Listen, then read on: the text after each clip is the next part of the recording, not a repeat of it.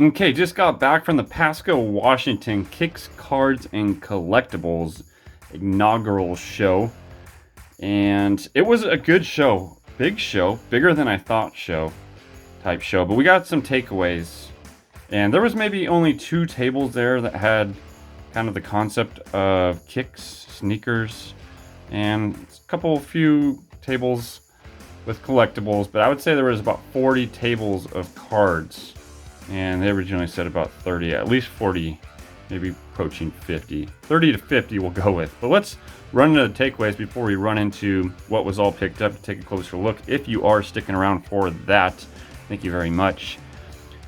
Well, Pasco, Washington loves their SGC slabs. I must say, at this show, there was a domination of SGC slabs compared to PSA. There were so many SGC slabs. I don't know if they're all of a sudden just starting to flood the market and people are going SGC way, but that was the biggest shock, I think, for me, with the comparison of the battle PSA SGC. SGC was killing it down there. The other one I came into with a solid mix of 3 sports and tons of quarterbacks. Your Herberts, your Burrows, and then Mac and the rest pretty much this year. So a lot of quarterbacks. And last takeaway would be there was quite a few deals, in a sense, I should say. It was hard. It was hard to search and comb through the dollar boxes, find deals. I didn't really come across. I know every show is different and you're not going to find deals everywhere. And then you'll be on the opposite spectrum of that and find crazy 101s. But yeah, the prices were also still comparable to current eBay comps. The market hasn't slowed down at the show. I don't know if that's slowly just going to change, but they're still up. They're still high at the show.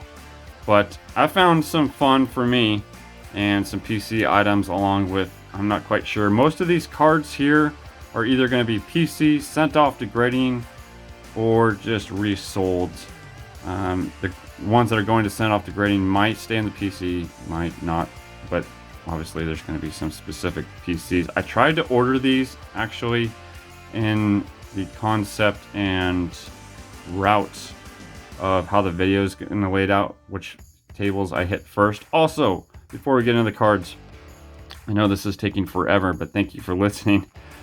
I forgot to take a picture, so I apologize for the thumbnail. It's just the display of cards. This stupid me, I am kicking myself. I was about halfway, maybe 45 minutes coming back. Yes, it was about a 2.5 hour drive, and it was well worth it for me. But I was like, dang it, I forgot to take a picture for the thumbnail. So let's get started. Here we are. If you're still sticking around, thank you so much. Starting us off was a 1957 Willie Mays. He had, I'm guessing that's 600 right there, which is phenomenally bogus. And I have this card. It's a pretty high card, anywhere between 100 and 200, depending on condition, of course. But look at the condition. Look at that centering right there. Obviously, there's some spots, marks. Corners do not look too bad. Obviously, they are in screw downs. I'm gonna have to get these out ASAP and get them ready. But nice 57 Willie Mays. As you know, I am going on a Topps Willie Mays Playing Days collection, so that's why you're seeing these. But regardless, I can't recall what I paid for this. This is a 1960, and I have it between the $60 and $110 range. Willie Mays. I can't remember what I paid for these two. This was the first sale of the day. I know it was probably either 150, 180-ish. I know it wasn't over 200. So I feel like I got a pretty decent deal. I know this guy's a little off, but I pretty much knocked all of my late 50s, early 60s off the list with this show on the the Topps run of Willie Mays Playing Days. So a couple cool cards there. Not a bad deal.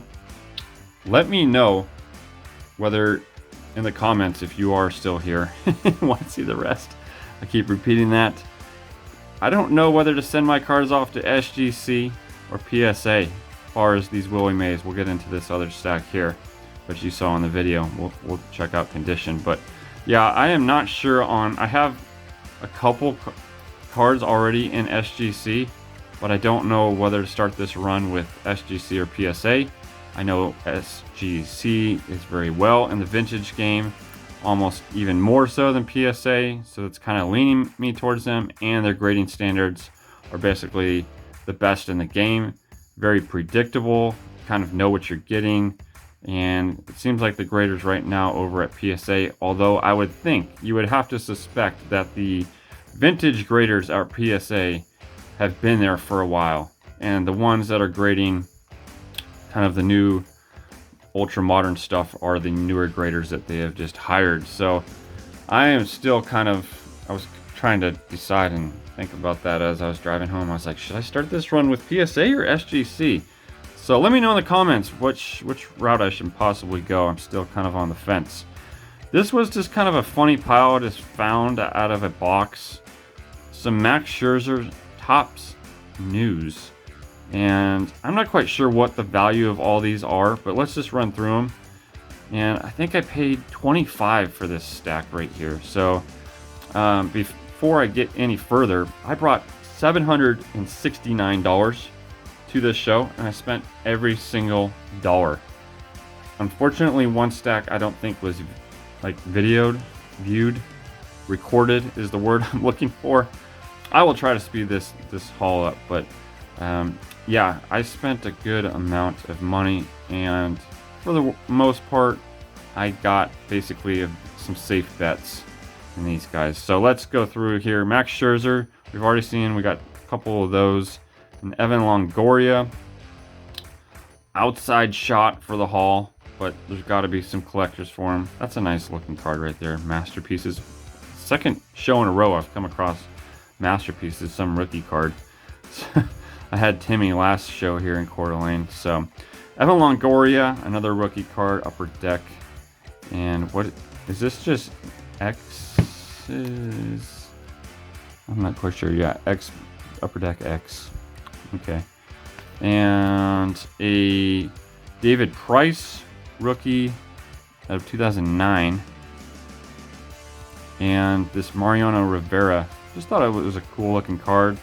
I gravitate towards green colors for whatever reason, but basically one of the best, if not the best in the game to ever do it, closing games out.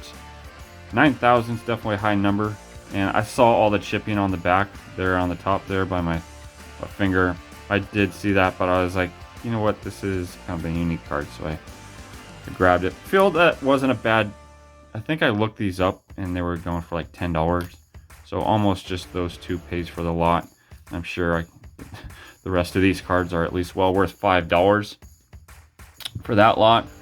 And before getting into the McCole Hardman, the things I do for you viewers, I literally bought this box of Prism. I hate ever paying inflated secondary market prices, but the Mac Jones giveaway video to announce the winner for that, I'll be ripping this for that video. So that's why I bought this, just to have some product for y'all to watch.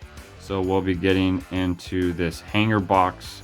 I picked the middle one. He was going to give me the one on the right, which probably had the freaking bangers in it, and I'm just going to get mutilated and pretty much burned on this box.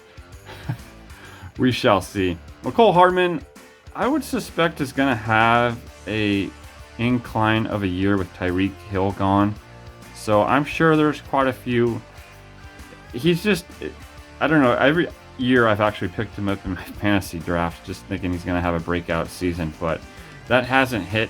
Possibly now might be the year here in 2022. But an RPA 2-color out of 25, and I got both those for 50. Yes, you have to pay $40, and I think there's not much value on this, but it's kind of like a prospect. I think I mentioned that in the video there. I'm not quite sure what all was filmed, so if there wasn't, and I do know this wasn't filmed because this was the negotiation of a century. He had 75 on this Juan Soto. These are the case hits. I forgot. I'm guessing they're crystal balls, I think is the word. I'm sure a few of you are throwing things at the screen right now. Numbered out of 50. It is a gold, I believe. I'm pretty sure. And I found another one and showed him that, hey, this is around 50 to 40-ish. And there was an offer. I couldn't see the offer through the eBay. I didn't go to 130 point, or alt to see. But basically, I got this card, I think, for 40. Got this whole lot for 70, I know. So this card was 40 and these were 30. So basically, might send this in for grading. The word just came out about him possibly getting traded as I was walking into the show. So I was on the lookout for Sotos because those are going to skyrocket if this guy gets traded to a team other than the Washington Nationals and does not stay there. So be on the lookout for your Juan Sotos. I'm sure at the National this year, Juan Sotos are going to be definitely on the rise. A numbered out of 49 touchdown club. I don't know, I just kind of thought it was a cool looking. Obviously from the 2020 season, nobody in the stands. And it's kind of a unique card there. A Darryl Strawberry. Guessing this is maybe like a gold wave out of the Platinum Anniversary set. 32 out of 50. They had 1250 on this. A decently centered, if not very well hard to find centered, Jamar Chase out of Prism, just base. And I would consider this the edges, although might not be the best there. Possibly looking at a 9 there in a PSA or 9.5 for SGC, but I was like, that is a very nice. I didn't really review the back. I know the back, even though the front always looks nice with Prism this year, the backs are just impossible to find centered, at least from the few cards online that I've looked at. So, and a Nico Collins RPA, just, I don't know, he is on the rise, I feel. And a receiver, we know I like to buy receivers. So that stack and a Jackie Robinson museum collection. I don't know, I never really collected museum collection. I don't know if it's worth the 4. I think it's out of 150, a blue, I guess you would say. And a Matt Ryan. I think this is about solid price. I think these were kids cards from kids cards collections, so gave back to the kids there on those guys. This stack here, this is a very desirable set for many who are trying to put it together. I'm not quite sure on the value of any of these cards here, but it was basically numbered out of 500 and something that I could see having value. A Donka Sue rookie card, just base paper decently, if not very well centered. Actually, a smidgen to the right and up. A 2019 just numbered Kittle. I always buy some numbered card of basically players IPC. Matt Ryan, another rookie card paper. This one's heading to the left. And Demaryius Thomas, there's got to be a collector wanting to scoop all of the Demaryius Thomas cards after his passing. Refractor Prism on these guys. So that was that stack. I don't know why the Jeters, because that was not the last. That was my remaining money there. Okay, so this was the big, basically, chunk of the haul. And I paid $410, I want to say. I believe I paid $180 for these two, which put me at $230 for these two down here. And these guys, there was some very well-centered cards. There was, I think it was a 70 or a 72. I think it was a 70. That was, the corners were phenomenal, and it was dead center, and I was kicking myself for not getting it because I already have them. And I just, yes, now on the fact I wish I would have bought it somehow, you know, traded, or I was down to like $30 there at the end, and just didn't have the funds. And he was an old timer, so it was cash only with this guy. Anyways, enough of the rambling. 61 Willie Mays, like I said, decently centered to the left, obviously, but and down. But you're gonna not be crazy picking. Now that I see, I don't know if those are pen marks or if that's just something in the print. And obviously, these are all in screw down, so I'm gonna need to get these out again ASAP. But I had this guy anywhere ranging. Obviously, condition goes south and north of that, but I just had that as a general base value for this card. This one I have around 50 to 150. 1959 Willie Mays. It's to the north heavily. When I say to the north, to the top. And also now that I'm seeing it in better light. Very dark at this show, by the way. Looks like there's some kind of staining there on the bottom, which I didn't even see. But we'll be getting these cards graded and then slowly up the grading scale set that I have acquired as far as collection. A 1962 Willie Mays. Had 250 on this guy, and yeah, they don't go that high. Between the 40 and 100, and this was almost the worst centered out of all of them. To the left, actually, this guy might be, but yeah, knocking all of the late 50s and early 60s out of the way. The 63, I don't know which one he had. Which one did he have 600 on? It was this guy over here. Yeah, or supposedly 600. I have this one around 275, and an SGC sold recently around for 500. That was a 6.5, 6.5. The centering on this guy's pretty solid. There's some obviously kind of edge wear. It's very hard, obviously, to find a card that doesn't have the corners all dinged up at this point. None of these cards, thankfully, have creases. So, I mean, I'm not getting any guaranteed 2s in this. But I've never really graded or... Yeah, I mean, yes, I haven't ever graded vintage cards. So this is going to be an interesting kind of submission on that. So this is going to be a learning experience on vintage there. And I was down to my $30, so finding something for 40 and grabbing it for 30. Two fairly decently centered Derek Jeters. Feel like I kind of did well on this. I'm going to have to compare with some other cards, but to me, I feel like depending on the edges and surface, I'm assuming is not going to be all that great on these, but considering just some submission fillers right there, some Jeter rookies. So that was the Pasco haul for me.